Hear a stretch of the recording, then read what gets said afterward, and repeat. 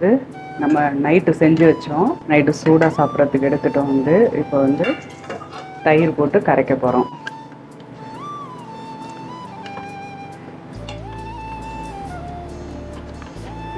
ஒரு 2 டேஸ் வச்சுக்கிற மாதிரி தாங்க நான் செய்வேன். ஏன்னா டெய்லி பண்ண முடியாது எனக்கு. இந்த மாதிரி எடுத்துக்கிட்டு, இது புளிக்க வச்சு செய்த கூழ் இல்லைங்களா. அதில் புளிச்ச தயிரை சேர்த்துடக்கூடாது, புளிப்பு இல்லாத தயிர் அது மாதிரி சேர்த்துங்க. இப்போ இதுக்கு தேவையான அளவு தண்ணி சேர்த்து கரைச்சிக்கலாம்.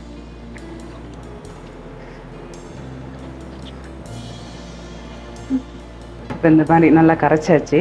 எங்களுக்கு இந்த அளவுக்கு திட்டமாக வச்சுப்போம். இதில் வந்து சின்ன வெங்காயத்தை வந்து நம்ம இந்த மாதிரி கட் பண்ணிடுறது, நல்லா நைஸாக இது பண்ணிவிட்டு இதில் சேர்த்துட்டோன்னா இதிலே கலந்து விட்டுருவோம். உடனே காலி ஆகிடும் அப்படின்னு சொன்னாக்கா அதை கலந்து விட்டுடுங்க.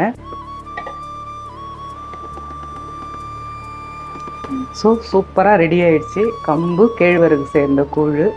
இதை வந்து இப்போ காலையில் ஒரு 10 மணி வாக்கில் எடுக்கிறீங்கன்னு வச்சுங்க, இதோட நைட்டுக்கு நல்லா ஒரு 2லேருந்து 3 கிளாஸ் சாப்பிட்டுடுங்க. அதோட நைட்டு தான் உங்களுக்கு பசிக்கும். ரொம்ப குளிர்ச்சியாக இருக்கும். அடிக்கிற வெயிலுக்கு அருமையான சூப்பரான கம்பு கேழ்வரகு கூழ் ரெடி ஆயிடுச்சு. ரசித்து சமைங்க, ருசித்து சாப்பிடுங்க. இதுக்கு நாம் வந்து சைடிஷ் இதுக்கு வந்து இன்னும் வெங்காயம் இதில் மிக்ஸ் பண்ணிட்டதுனால சைடிஷ்ஷே தேவைப்படாது. தேவைப்பட்டால் சுண்டைக்காய் வத்தல், நீங்கள் வேறு ஏதாவது ஊறுகாய், மாங்காய் இது மாதிரி கூட வச்சு சாப்பிட்லாம். பட் எங்களுக்கு தேவைப்படாது. நாங்கள் வந்து வெறும் கூழாகவே எடுத்துக்குவோம். தேவைப்பட்டால் அந்த சுண்டைக்காய் வத்தல் இதுதான் எடுத்துப்போம். சூப்பரான கம்பு கேழ்வரகு கூழ் ரெடி. செஞ்சு சாப்பிட்டு பாருங்கள்.